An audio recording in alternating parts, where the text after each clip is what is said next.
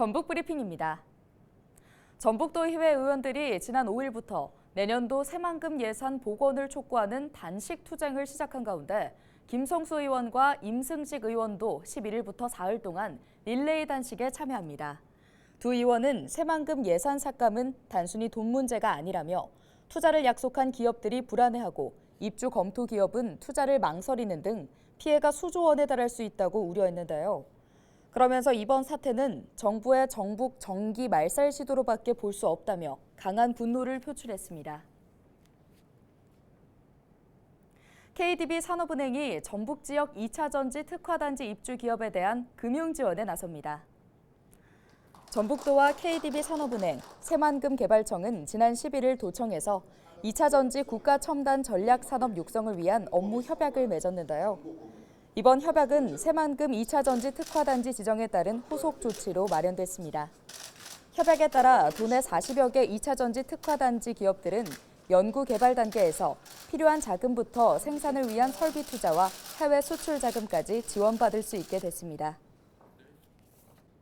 가을은 독서의 계절이죠. 특히 9월은 독서의 달이라고 부르며 책 읽기의 중요성이 강조되고 있는데요.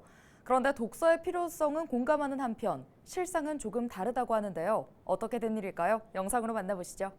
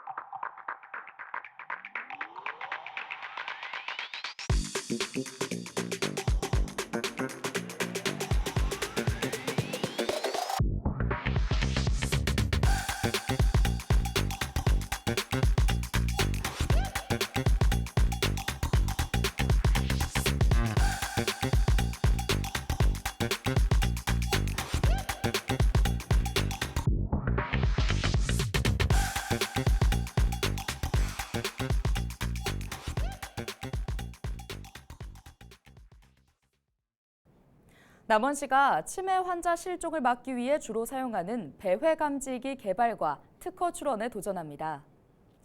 남원시는 지난 11일 배회감지기 연구개발기관인 첫눈과 스마트 배회감지기 개발 특허 등 공동 출원 계약을 체결했다고 밝혔는데요. 이에 따라 남원시는 배회감지기 신제품이 생산 판매되면 실종 없는 안심도시로 거듭날 것으로 기대하고 있습니다. 배회감지기 사용자에게 사용의 편리함을 주고 실효성을 높여서 치매 환자 관리에 만전을 기하겠습니다.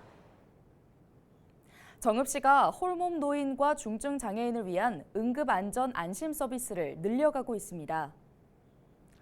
응급안전 안심 서비스는 정보통신 기술 장비가 화재나 낙상과 같은 응급 상황을 실시간으로 감지해 119에 신고하는 서비스인데요.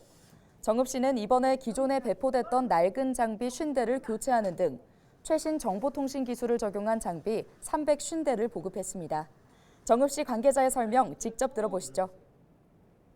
응급안전안심 사업을 통해 소중한 생명을 지켜내고 고독사 발생 등의 사회적 당면 문제를 해결하기 위해 적극 노력하겠습니다. 서비스를 희망하는 대상자는 읍면동 주민센터나 정읍시 노인복지관을 통해 신청하면 됩니다. 정읍시와 정읍시 공동체 활성화센터가 농촌 지역 독거노인과 장애인 등 취약계층을 위해 생활 불편시설과 낡은 시설들을 보수합니다. 주로 전기시설과 수도시설, 방충망 교체 등이 이뤄지는데요. 올해는 정읍시 이반면과 소성면 등 서부권역 5개 면단위 지역에서 35가구를 대상으로 추진됩니다. 오늘 준비한 소식은 여기까지입니다. 지금까지 전북 브리핑이었습니다.